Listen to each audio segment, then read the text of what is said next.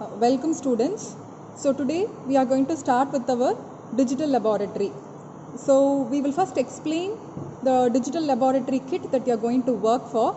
So unfortunately you are not able to do it in person because of this COVID. So what we have planned is that to take the video of this working and to upload it so that you can get a real-time visualization of how this digital system is working. So first I will explain this kit.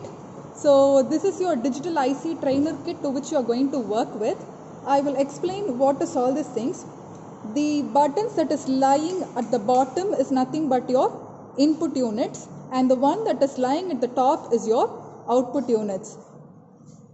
So this is your input and this is your output, and you find different portions for where you can insert your IC chips. I guess in the theoretical class your faculty would have told there is each and every IC chip numbered for each and every gate that you study. So this is one such chip that is being used for your digital training kit. So probably the letter is not very clearly visible, but I will tell you how this particular chip works. So this chip contains a small curve at the top end.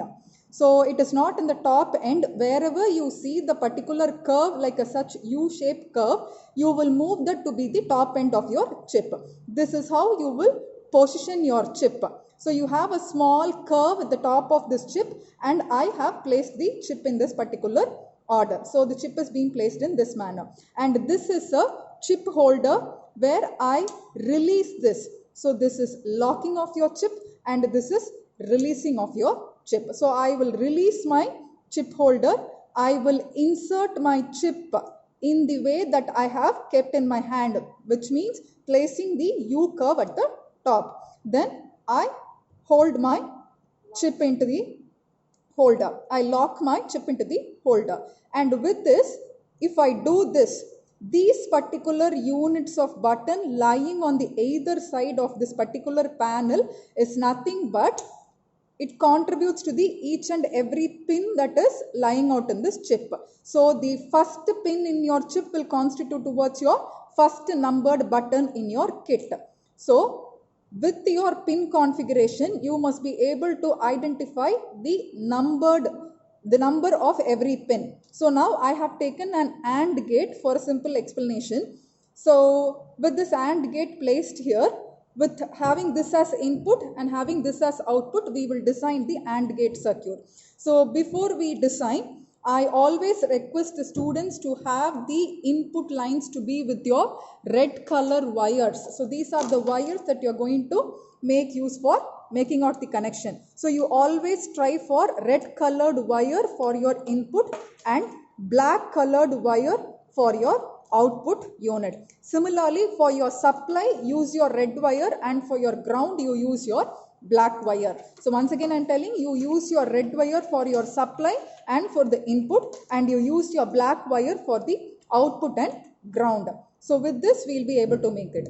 With this entire digital training kit, you have 5 different slots to be activated, which means you can have 5 different chips, and with one particular chip, for say suppose for AND gate, you can make 4 different AND gates with this one particular chip. If you are very clear with your pin configuration, you will be able to know how many gates can be formed between this one particular chip. So imagine this one chip, say if I place AND OR, and if I have NOT, I can even have more number of combinations.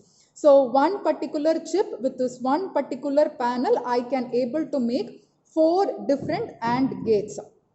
Okay, similarly with this 5 panel, I can make combinations, and we can utilize all these other panel as we move towards the complexity increasing experiments, say like your multiplexer, adder, decoder. So all those experiments will be dealing out with n number of panels. So as of now, we will hold with only one panel. It is not necessary that every time you need to occupy only the first panel. You can pick up any of the panel and you can work.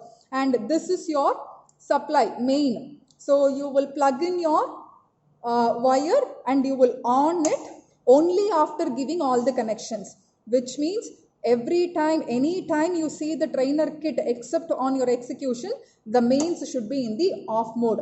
You are not supposed to remove any wire from the kit when your main is in the on state.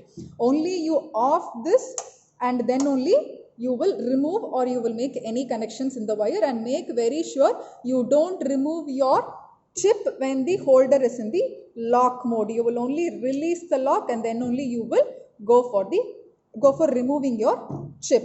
So this is the basic kit explanation. So with this I am halting this video, and in the next video we will start with the other experiments.